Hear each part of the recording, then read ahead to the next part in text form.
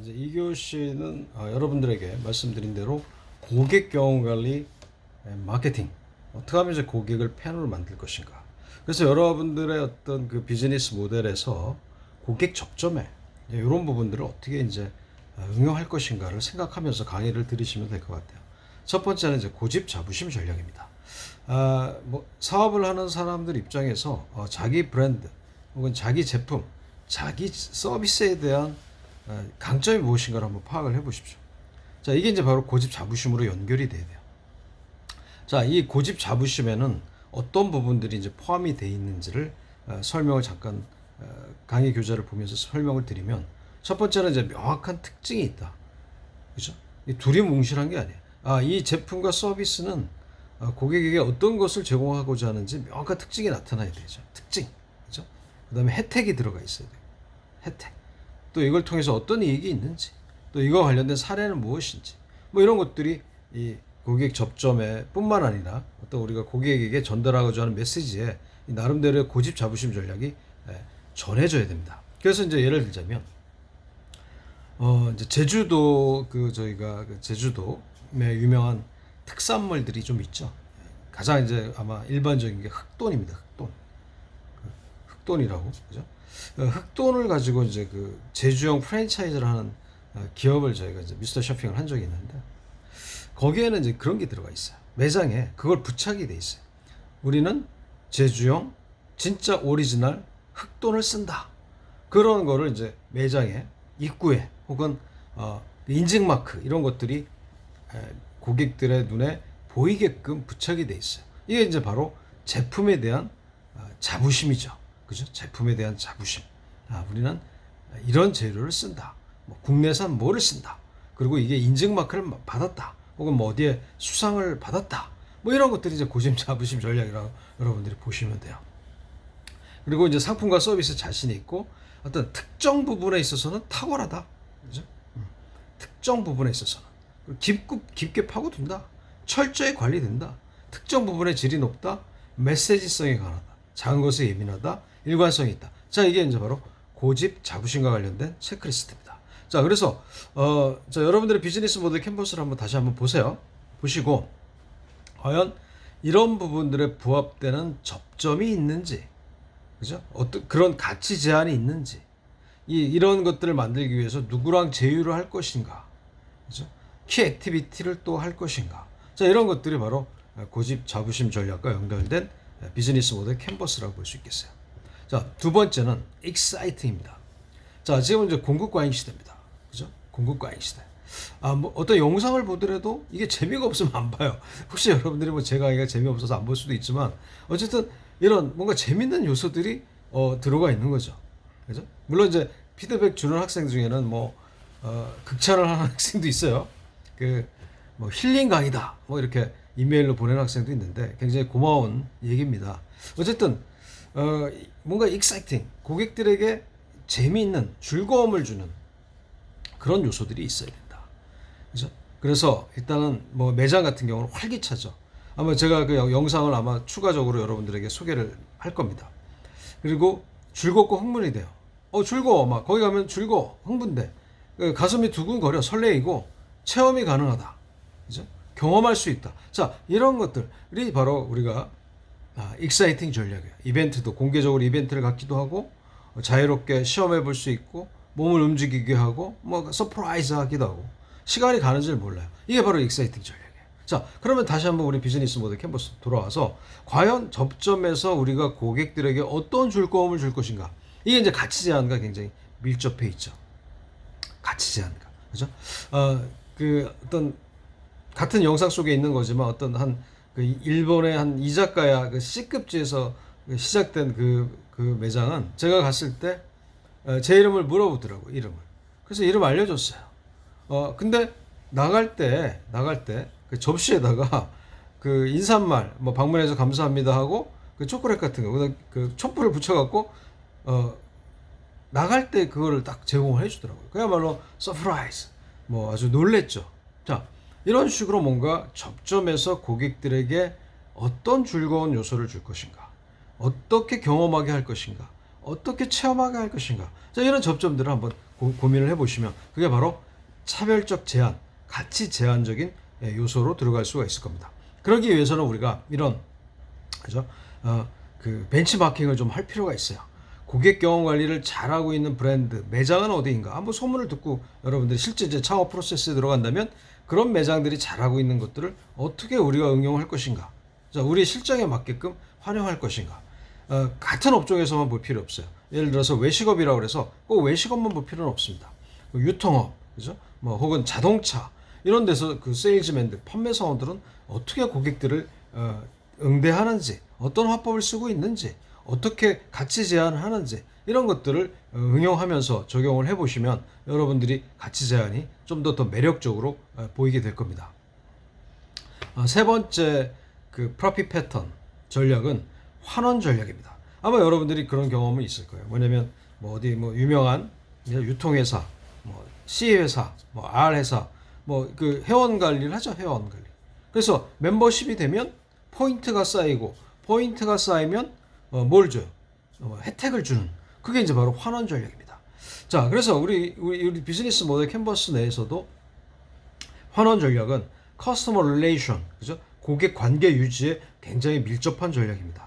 어떻게 하면 이제 고객들에게 환원, 그죠? 이익을 줄 것인가? 그래서 이거는 뭐냐면 경쟁 업체보다 저렴하다, 가격에 비해 서비스가 좋다, 양이 많다, 가격은 낮아지고 제품의 질은 올라간다, 가격의 변동에 대한 대응이 빠르다. 이 가격에 이런 것까지 뭐 이런 가성비 혹은 서비스를 느끼게 하는 거죠. 또 포인트 카드에 대한 환원율이 높다. 싼 것이 비지떡이 아니다. 원가를 삭감하면서 항상 색다른 선전 방식을 추구한다. 이게 이제 바로 환원 전략의 키워드입니다. 체크리스트예요. 그래서 여러분들 그 GNC라는 그 비타민 매장이 있습니다. 글로벌 헬스 제품이죠. 비타민 매장 세계적인 그 프랜차이즈를 하고 있는 회사예요. 자, 이 회사의 환원 전략을 보면 그 아마 여러분들 혹시 GNC라고 들어보셨죠? 비타민 매장. 거기를 전문적으로 판매하는 매장인데 거기도 이제 그 우리가 이제 한번 체크를 한 적이 있어요.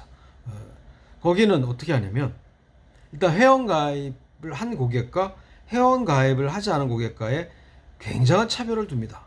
예를 들어서 회원 가입을 한 고객은 특정한 이벤트 날에 뭐 우리가 되게 보면 10% 20% DC가 아니에요.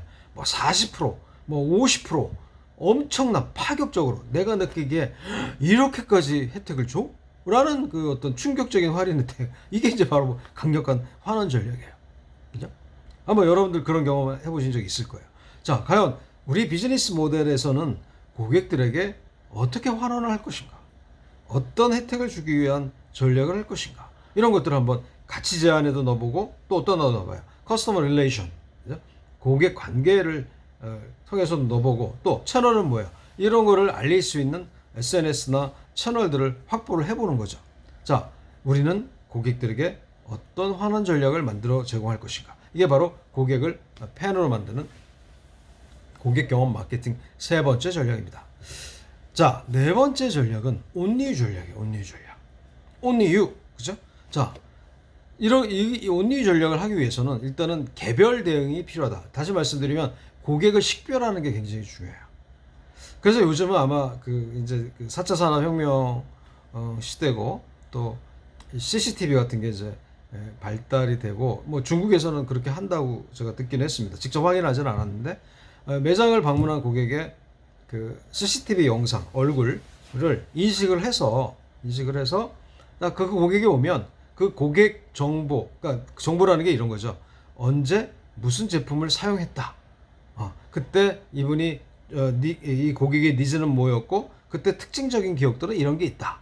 그죠? 뭐 예를 들어서 뭐 손주의 선물을 샀다. 뭐 와이프의 선물을 샀다. 남편의 선물을 샀다. 뭐 이런 등등이 이제 딱 그 CCTV 얼굴 안면 인식이 딱 되면서 그게 정보가 직원들에게 공유가 됐을 때 직원들이 그 고객에 대한 서비스는 당연히 달라지겠죠. 예를 들어서 이런 거죠. 지난번에 뭐 그래서 돈가스를 먹었어요. 근데 이제 매운 돈가스를 먹은 거야. 그러면 그때 그 고객이 딱 왔을 때 그 직원이 주문을 받으면서 손님 지난번에 매운 돈가스 맛있게 드셨어요? 이렇게 얘기를 해보세요. 그럼 고객은 깜짝 놀랄 거 아니에요. 야, 내가 먹은 걸 기억을 하고 그 멘트를 해주다니. 자, 이런 게 무슨 전략이에요? 온리유 전략이에요. 그죠? 그래서 개별 대응한다, 데이터베이스를 축적한다, 정보 수집이 중요하다. 정보를 기초로 한 대응을 철저히 한다. 고객에 대한 이해력이 높다. 비매뉴얼, 그러니까 매뉴얼에 의지하는 게 아니라 현장 대응한다는 거예요. 유연한 대응, 탄탄한 대응 시스템, 커뮤니케이션. 오직 당신에게만을 강조한다. 특히 이제 이런 VIP 고객, 프리미엄 시장을 우리가 타켓으로 한 비즈니스 모델일 경우는 이 온리 전략이 굉장히 중요할 겁니다. 그죠? 그래서 여기에도 이제 가치 제한에 만들어 놓을 필요가 있어요. 가치 제한. 가치 제한. 자, 우리 제품을 구입하시고 일정 수준의 어떤 그 실적이 쌓이는 고객에게는 우리는 이런 차별적인 가치 제한을 할 것이다. 이게 이제 들어가야 됩니다. 또 이게 이런 가치 제한이 커스터머 릴레이션, 그죠? 고객을 유지하고 확대하는데 비즈니스 모델 캔버스에도 또 포함이 될 수 있는 부분이에요. 자, 그래서 고객을 팬으로 만드는 미스터 쇼핑 마케팅은 여러분들의 어떤 비즈니스 모델을 굉장히 어떻게 해요? 내실 있게 실전적으로 적용할 수 있게끔 활용될 수가 있는 겁니다. 자, 이게 이제 바로 온리 전략이다. 그 다음에 이제 네트워크 전략. 이거는 사실 키 파트너십과 관련된 키 파트너. 그죠? 뭐예요? 제휴한다, 협력한다, 외부에서 해결 방법을 구한다, 인터넷을 활용한다, 연계한다, 포인트 카드를 공동 운영한다, 지역별로 이벤트를 실시한다, 광고를 이용한다, 협찬한다.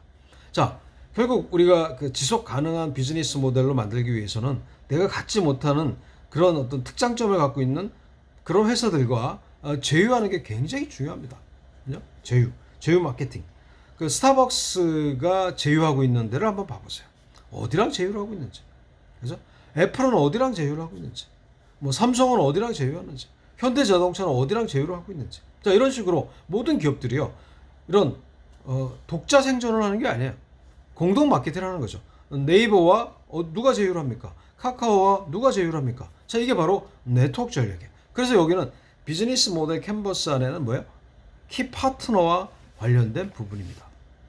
그래서 우리 스타트업 기업, 특히 이제 우리 학생분들이 제안해 주신 비즈니스 모델 캔버스에 아마 여러분들이 다시 한번 물론 이제 리포트는 아닙니다만 어떤 여러분들이 그 키 파트너와 관련된 부분들을 어떻게 좀 더 보완할 수 있을까? 그죠? 어떻게 좀 더 보완할 수 있을까? 이런 것들을 한번 고민을 해보시기 바랍니다. 그죠? 자, 그래서 이 키 파트너 제휴 전략은 고객을 팬으로 만드는 미스터 쇼핑 마케팅에 소개가 되고 있지만 어떻게 보면 우리가 비즈니스 모델 캔버스의 어떤 키 파트너 부분에 좀 더 보완할 수 있는 부분으로 들어가야 됩니다. 뭐 그런 사례들 한번 여러분들이 찾아보세요. 기존 기업들이 누구랑 제휴를 하고 있는지, 그죠?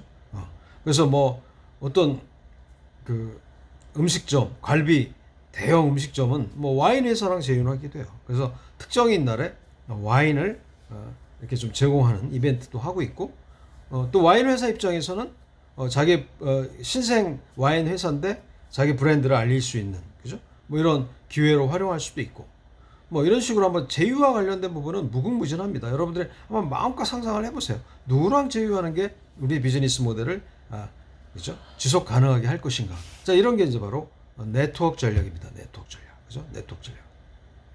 그다음에 이제 오감 전략이라는 게 있어요. 오감 전략. 자, 결국 감성 마케팅, 그죠? 감성 마케팅. 그래서 이제 일단 시각적인 게 있겠죠. 시각적인 게. 또 음악, 청각이 있을 수 있고, 후각, 아로마, 그죠? 허브, 뭐 이런 향수 마케팅, 뭐 이런 것도 있을 수 있어요.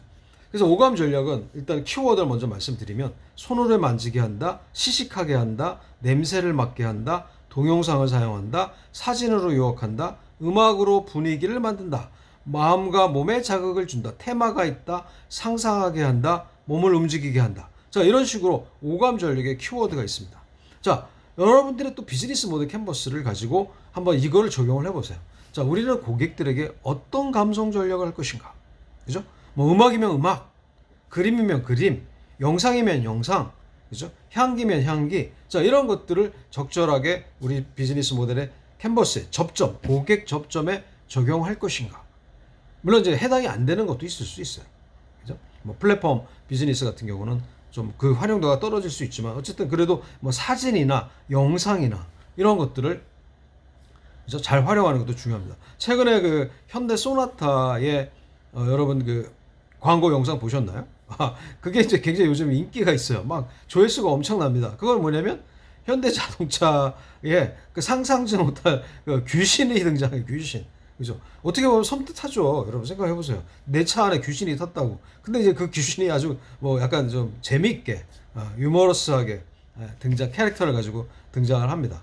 어쨌든 이런 영상이 그 현대자동차 소나타의 그 어떤 인기와 굉장히 밀접하게 활용이 될 수 있다는 부분이에요. 그래서 어떻게 영상을 짤 것인가, 어떻게 영상을 활용할 것인가, 뭐 사진도 마찬가지. 자, 이런 식으로 하는 것이 바로 오감 전략이다. 자, 그래서 우리 비즈니스 모델에 혹시 오감 전략이 필요한가?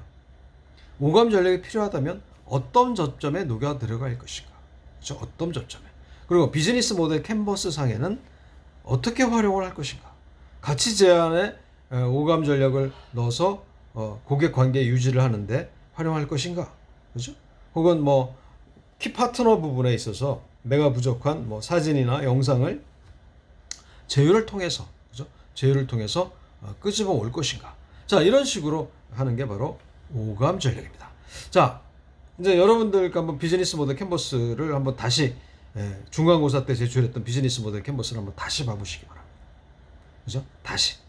자, 그리고 나서 오늘 강의를 들어보시고 여러분들이 혹시 새롭게 적용해야 될 부분이 없을까를 한번 고민을 해보세요.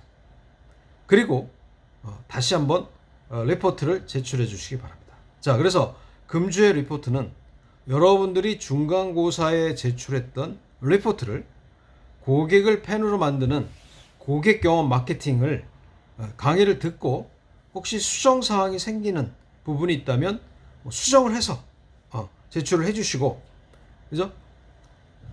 뭐 수정 사항이 없을 수는 없을 거예요. 그래서 한번 그거로 이번 그 출석 과제를 진행하도록 하겠습니다. 다시 한번 말씀드리면 이번 주 출석 리포트는 이 고객 경험 마케팅 강의를 들으시고 뭔가 추가적으로 수정 보완할 부분이 있다면 그거를 수정해서 다시 보내주는 그런 리포트로 하도록 하겠습니다. 자, 이외에도 이제 플랜 두시 전략도 있고, 그죠? 뭐 그런 추가적인 전략들이 있는데 그거는 여러분들 그 강의 교환을 참고를 해보시기 바라고, 오늘은 이제 이상 강의를 마치도록 하고, 이 영상 이후에는 이제 몇 가지 그 우리 고객 경험 마케팅과 관련된 영상들, 뭐 익사이팅 전략이나 이런 것들을 좀 영상을 추가적으로 넣도록 하겠습니다. 자, 여러분들 자, 강의 잘 들으시고 또 다음 시간에 뵙도록 하겠습니다. 자, 감사합니다.